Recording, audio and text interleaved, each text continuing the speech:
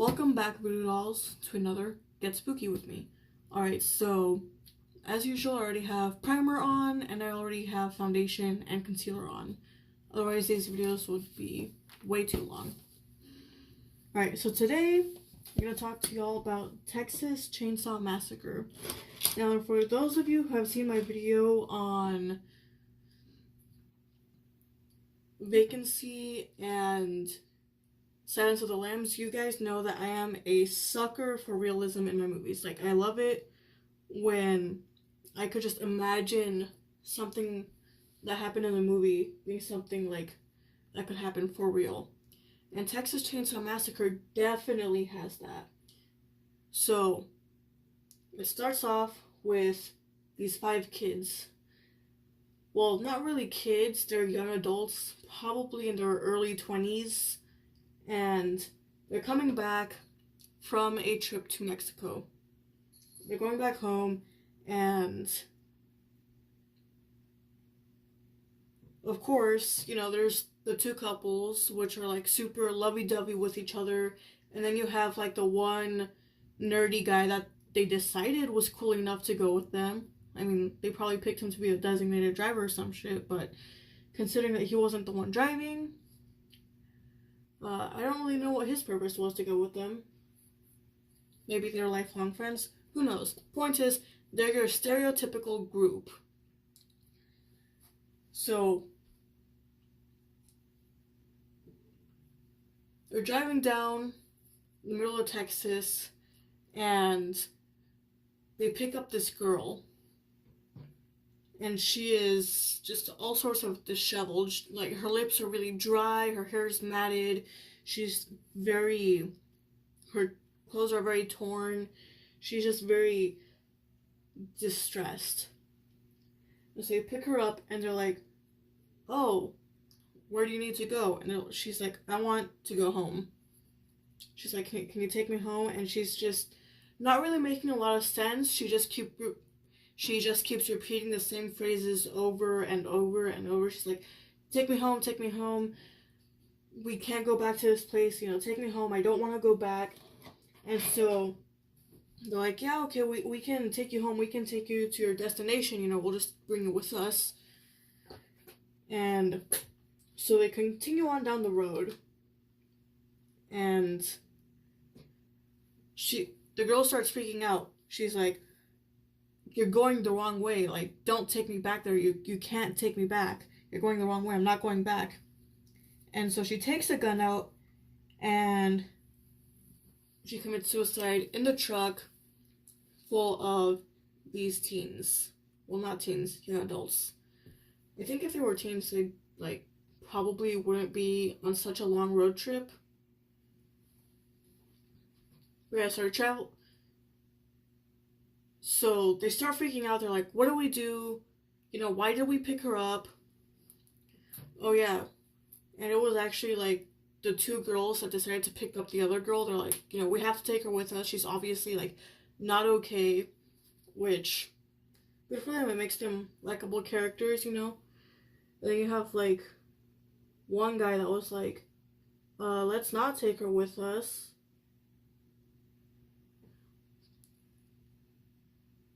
And so they were probably in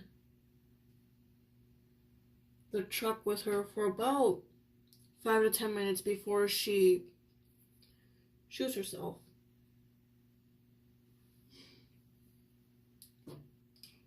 And so they pull by to this nearby gas station, which is another 5 miles down the road.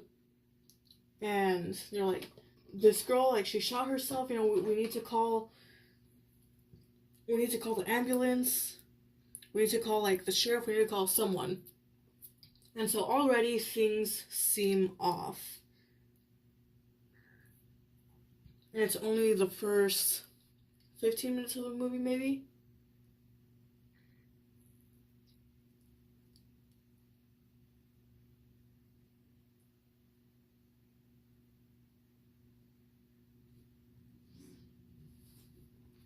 So they pull into the gas station, and it's less of a gas station and more of a bar. Because as soon as they walk in, there's an old lady there.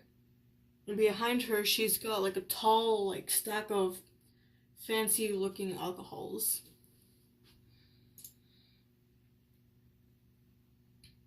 And so you can tell that something's already not right, because instead of freaking out and being like, oh yeah, I'd like take my phone, you know, like,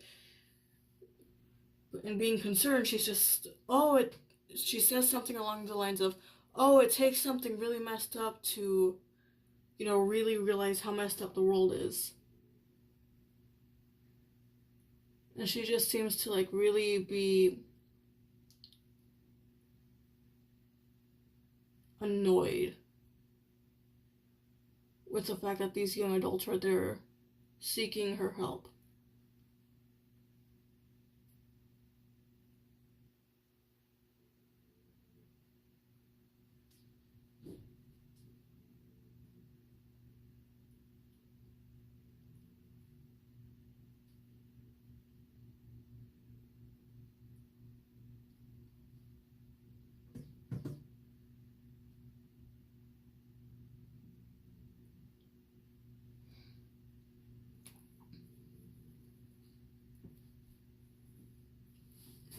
So she's very annoyed at the fact that these young adults are seeking her help, and so they call the sheriff. Well, she calls the sheriff, and the gas station lady tells them that they have to go out somewhere another like 10 to 15 minutes out of their way to meet the sheriff.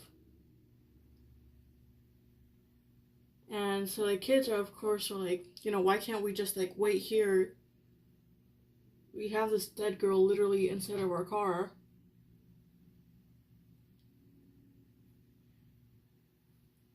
And she says, well, no, sorry, the sheriff said you have to meet him out there because that's closer to the rest of the town.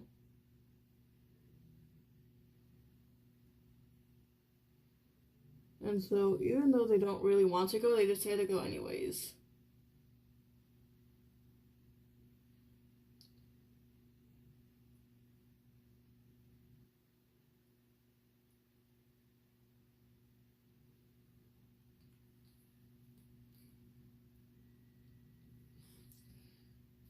So they head out and they meet the sheriff. And things are off. Instead of saying something along the lines of, you know, like, wait here, an ambulance is going to come, he begins to wrap up the body of the girl in cellophane, which is basically just like this, you know, plastic sheet wrap that you wrap like your food with. So he's wrapping her up in this plastic, and no one really seems to have a problem with it. You know, they don't really realize that that's not protocol, that's not what you do with a dead body. And the sheriff is kind of also just being disrespectful in general of the body itself. I'm not really sure how to describe, like, how, specifically how, but, like, he's just kind of, like, cracking jokes, not really taking into account that, you know, this chick literally just, like, committed suicide not even an hour ago, and they're just, like, tossing her body around in cellophane.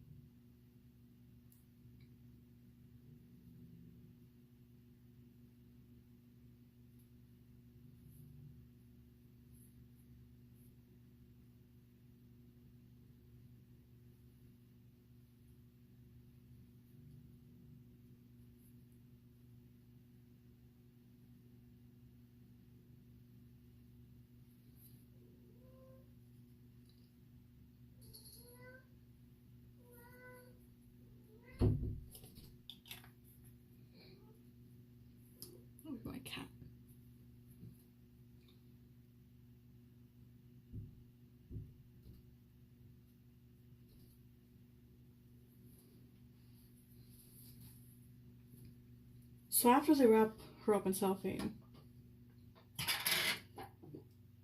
they start noticing things are off.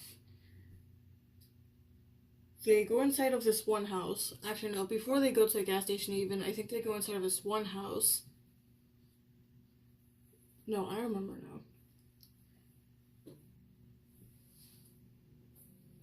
I think they got annoyed with the gas station lady, and then they went to this other house, which is kind of like this big mansion. And there's this guy in this wheelchair, and he's like, oh, only like she can go inside and call the sheriff. And that's when the sheriff tells them that they need to go out further. So they talk to this guy, and the girl's like, yeah, I need to like go in, call the cops. This girl like killed herself in her truck. We don't really know what to like do about it. And so the guy's like, alright, fine, I guess I'll let you use my phone, but only the lady can come in. And so the other guys are still, it's just one girl and then her boyfriend out. The other three are still in the truck at this point. I guess it's less of a truck and more of a van. So they're in the van. They don't really know any of what's going on. So they go out and start kind of exploring, just like looking around, and the main chick's boyfriend goes missing. They can't find him anywhere. And so they're like, okay, we need to find this guy before we, I think his name was Kipper. They're like, we need to find like Kip before we go home. And so they're all out calling his name, and that's when they show that he's actually in the basement of that house being tortured by Leatherface.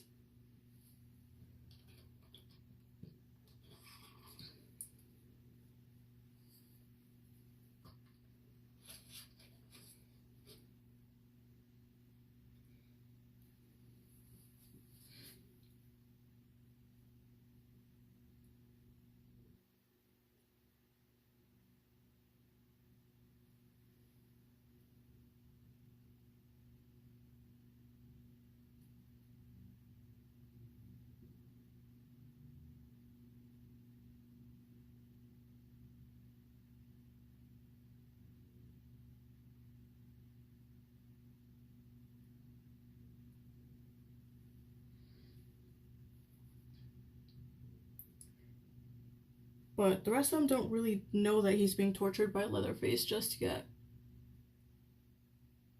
And so they're still exploring and calling Kip. Meanwhile, Kip is downstairs having his face removed from his skull by Leatherface.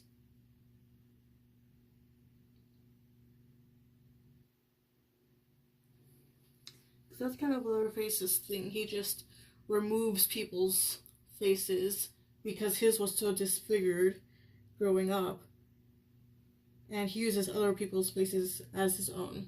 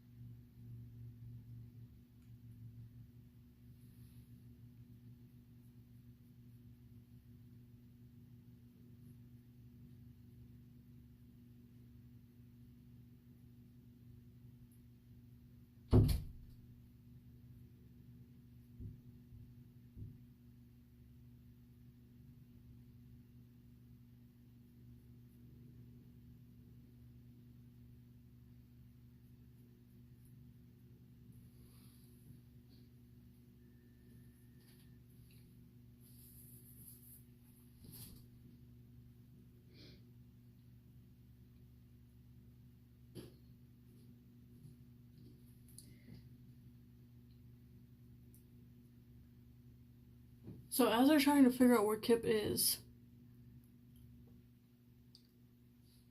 the other no, I'm trying to remember who specifically. Yeah, the other three get questioned by the deputy. No, by the sheriff once he shows up.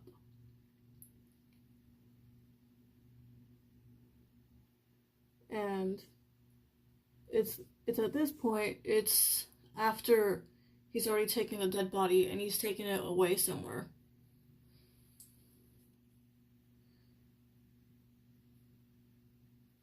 So he's taken this dead body away somewhere. He hasn't like told them where or anything.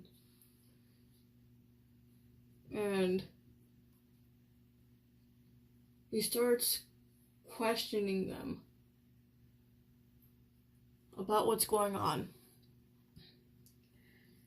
And somewhere along the points, they find out what happened with Kip.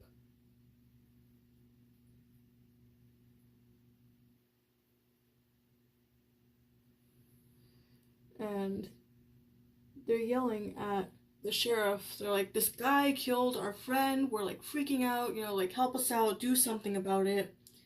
And the sheriff finds out that they've been smoking weed because he finds this tiny little joint and he's like, have y'all been smoking weed? Like, you know, how can I believe you guys if you guys have been on drugs? And starts pulling like all this other crap completely out of his butt. And so instead of helping them, he sits there questioning them and questioning if their story is even true and how can he know that they're telling the truth if they've been on drugs and all this other stuff.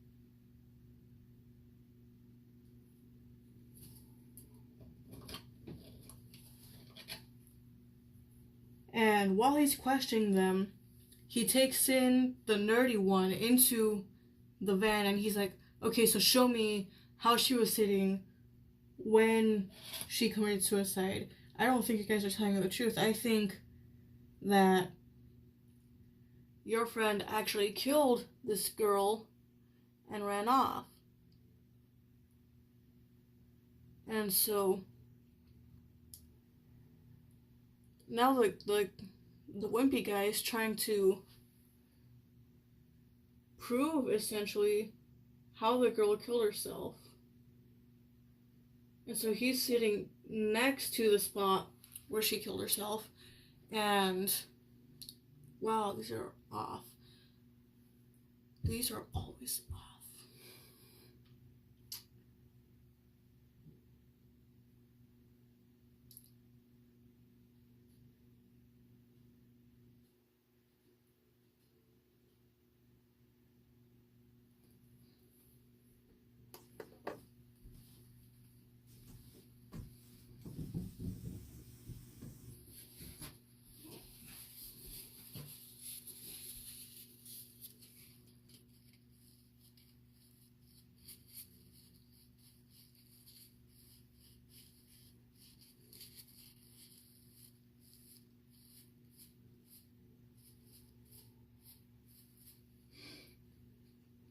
So I typically don't mind too much if the wings are off, but like that time they were just like super like wonky.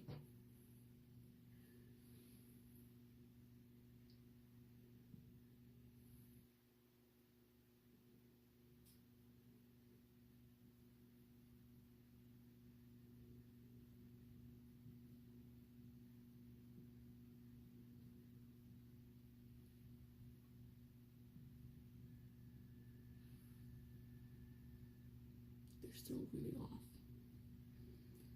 No, I think I'm just gonna try to like blend them out and have more of a blend smoky wing type of thing going on.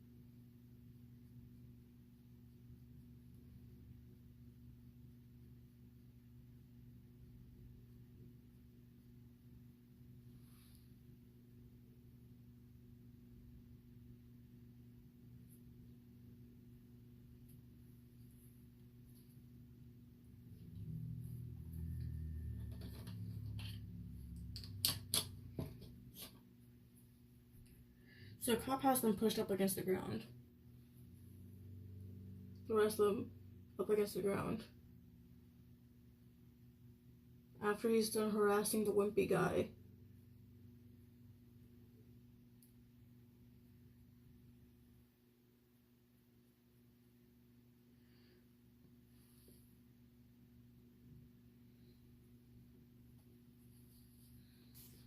Oh yeah, and while he was harassing the wimpy guy, he brought the same gun that the girl had, and he used it to threaten the wimpy guy, and he put it in the wimpy's guy's mouth.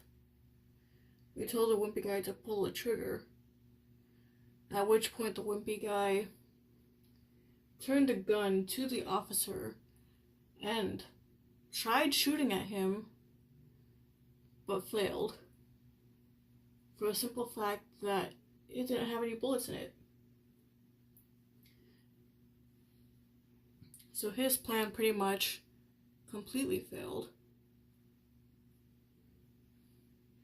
And they end up fighting with a cop. They end up getting into the brawl with a cop, and this video is already like 20 minutes long. So basically, almost all of them end up dying, except for one. Which one? You'll have to find out by watching the movie. And the reason I actually think that it's pretty realistic is because of the second movie, which is a prequel, and it basically shows how this little town of 4 or 5 people is actually a cult.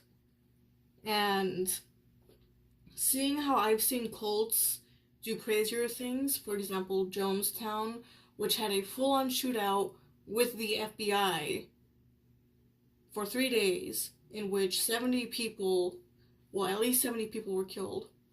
And then you have Heaven's Gate, in which the whole group, except for one, committed mass suicide, and then the only reason the one stayed behind was to take care of their online website. So yeah,